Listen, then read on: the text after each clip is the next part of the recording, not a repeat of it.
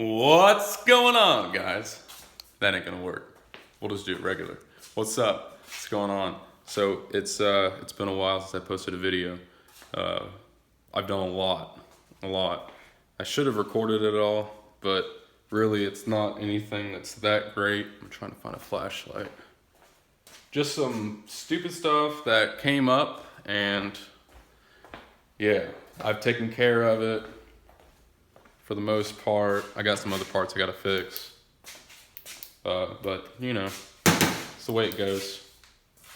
So, first off, what I've done is down there.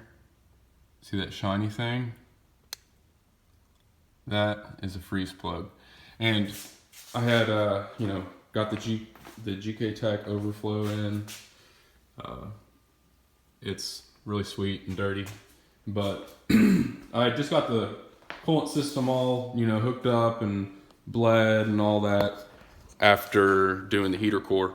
And so I, just wanted to check for leaks. Of course, the front main was leaking. So one day I looked underneath and I saw coolant, and it was on the driver's side, which is weird because there's not a lot. There's nothing that goes over there with coolant. But, so I took care of that. I, removed the heat shield, every heat shield, and then ended up pulling the header and all. I might just go ahead and insert a picture of the rust that had, taken over that freeze plug. But it was crazy. So got that out. Well, actually, I couldn't get it all the way out. They're really not that hard to get out as far as, being delicate. You can be pretty rough. It's cast iron block, But so I got most of the way out, and my buddy Landon came over and dropped off a torque wrench for me, and he pulled it all the way out. I actually have it sitting over there, but not worth it. But so shout out to Landon. But yeah, I did that, and every stud in this manifold, at the bottom of the manifold, broke off, just totally sheared. So I went and spent a whole bunch of money over at O'Reilly's for some cheap tools. Shout out to O'Reilly's. And left-handed drill bits are a real thing. Ended up not using any of it. Just I have something coming up. Now, I've ran my mouth. I'm not a quiet person. But in the event that somebody is actually watching my channel and, waiting for videos to come out, then I don't want to disappoint them or ruin it. Though I doubt there's anybody. But, so, anyways, I have something coming up. So, instead of, pulling the studs out of the manifold and all that, I just welded it and just welded the manifold straight to the downpipe thing, I guess. And I didn't have any paint other than what I had, or what my girlfriend Brandy had, so I just painted it. I'm gonna, you can check it out. So that's where that pink is right there. That is just straight welded. And I filled in where the stud holes were and all. And, hindsight, I guess it's worth it for me because this is coming out here soon and something else is kind of going in there, and probably shouldn't have said even that. But yeah, I did that and realized I had a whole bunch of vacuum leaks and the EGR system wasn't working. So I went ahead and just deleted the EGR system, kept the charcoal canister, and let me get over here. So I used the ISIS block-off plate, and, well, how am I supposed to? So yeah, there's the squid plate, or I don't like that they call it that. It's just a block-off plate. So I got that on there, and I didn't know what to do, with my vacuum lines and all. So I looked online all over, mainly Zylvia. Shout out to Zylvia. If you're working on 240s and you want to be able to, like, you know, find answers to questions instead of just ask questions where there's numerous threads about them, don't do that because you won't live very long on Zylvia. But if you need anything on, like, information on 240s, it's there. Just search. You could find it. A lot of good parts on there. But so anyways, nobody that I found on the internet, which is huge, has done it this way that I have seen. I'm sure there are people out there. I'm not the only person who's done this.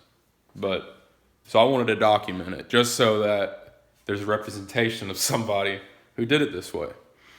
So I just want to kind of run it over. I'm going to be really fast about it. I'm not going to really double back. But so EGR block off plate. That means you get rid of the cast iron piece and all. That's all gone. Both of those two little, what are those? I guess a valve of some sort. I have them sitting over there. Those go. And then you have a couple different, we have back there, you'll have where you pull off the vacuum line for the EGR. You'll have an open end. I capped it. Now, I've read some different things online, you know, and if there's a way to, like, run that system, run off of that and tie into the intake, I'm not sure if, you know, after the math, I'm not sure if that would be a problem at all. But I just capped it. I'm still in the troubleshoot phase, so like my next video, you know, I'll actually dive into it and get it running and do all that. But so anyways, if you have all your vacuum lines and all still ran, they underneath the throttle body there, you know, they all run underneath here and over. So I haven't cut any of these except for this one right here, and I have the piece for it over there. But these are all color coded, so like you can, you know, in my hands are. I did a shower pan today. I grouted a shower pan. It was black tile with black grout, and my hands are stained. Molly wants back in, but shake. We've been working on it. I don't know if she's ready. Shake. Good girl. Okay. Anyways, you can, in the FSM, it tells you what color. See that one right there? Well, that's yellow. Barely. So these are color coded. So it's real simple. And also, right here, it gives you a little color code on what hooks up on the charcoal canister. So these two that are hanging out, before I had the charcoal canister hooked in, I had just the vacuum lines hanging out. I turned it on, all right, turned the vehicle on, ran it, and I just, you know, kind of like felt the ends, and, you know, you'll feel a vacuum as you go, like, so like if you let go, it just goes, you know, or whatever. So did all that, and these two, these are the two longest, had no vacuum. So, EGR, I can verify this by looking at the FSM and looking at these colors. So, these don't hook up at all to the charcoal canister. So, if you're doing an EGR delete on a 240, you do not have to remove the charcoal canister. Of course, it still hooks up down at the bottom, goes to this little like nipple thing that just dives down into the frame rail, and then it also hooks up to the vent for the gas tank. The only part that I don't have closed off right now that hooks up to part of the EGR system is right here. That's just an inlet into the intake. It's before the MAF, so it's good for testing, but I do need to close that off. But aside from that, also, I'm not sure if this is actually right. I'm gonna have to verify this, but on your 240, when you do the EGR delete, there's a huge, you know, mass of things right here, and Where did I put them? Anyways, there's a pressure sensor on it.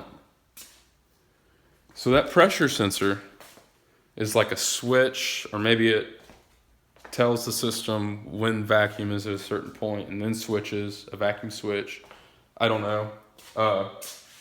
But my first stab at it, I hooked it up to the electrical because it was just a plug hanging out. So I got it hooked up there, and I've plugged every portion of it. The bottom two. There's two on top, one at the bottom. And it has a stud built on the back side of it, like part of it. And I just screwed it into the hole where it originally mounted. Look how dirty this is, by the way. But, so, you know, I'll update this in the next video. I'm not going to double back on this. This is supposed to be quick, but it's turning into longer. But hopefully that'll take care of it. And I do remember whenever I ran it the first time, 2 nights ago, there was no CEL. So here's to hoping that, you know, when I get it running again. By the way, right now the car is not running, okay? So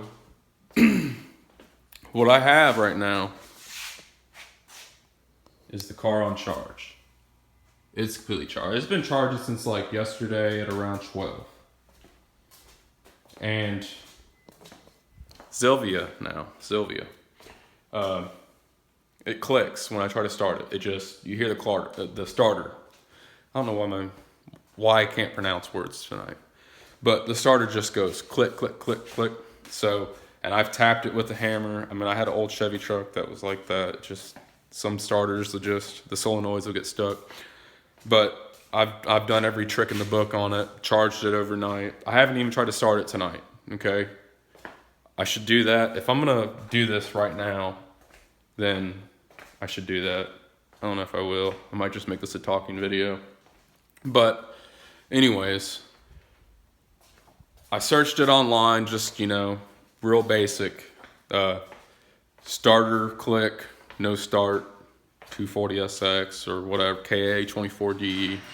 And all I got was some OGs in Sylvia. Like, people make these threads on Sylvia asking questions. And the same question I'm asking, like, what's going on? You know, what's the problem here? The starter wires are all tight. Blah, blah, blah, you know. But all the OGs were like, stop everything, just order ignition switch. Just order an ignition switch. And so, like, everybody in every thread, you know, they get told this. And some of them don't do it. But for the most part, they're all like, you know, $40 part, I bought it, and wow, it really worked. You know, I've tried everything. So that's what I'm going to do. I ordered one on Amazon last night, and it was like $35, and then I was going to pay like $15 to get it here by Wednesday. And I ordered it, and I was like, man, that's like, you know, it's like $50 for like a $30 part. And it won't be here till Wednesday at the earliest. So I went on O'Reilly's and looked, and they actually had it in stocking of the next town over, pretty much. So they ordered it and got it there today, and it cost me like $28 or something like that. But I had some stuff I had to return, so it was like $14. Pretty sweet. So I'm not even gonna mess with it. I'm not even gonna do it. I'll do it tomorrow though, and we'll find out. But like I said, something's going down. Now, I'll tell you, the order of things is a little bit ass backwards to what I usually do. I like to usually like take care of all the suspension, do a complete overhaul before, you know, doing anything else, because suspension is really what makes the car. But So yeah, I mean, that's the current state of affairs. Yeah, I made those like way back in the day. I got a crap ton of them. They're white and red. But Dad had a workshop, little wood shop. I used to spend hours on hours on hours in there. But we got those. I drilled them. It was cool. Gave a couple friends some. We probably threw them all away. I think the dash actually might have cracked more. Doing the install and takeout. But yeah, I'm gonna go eat some dinner. Later.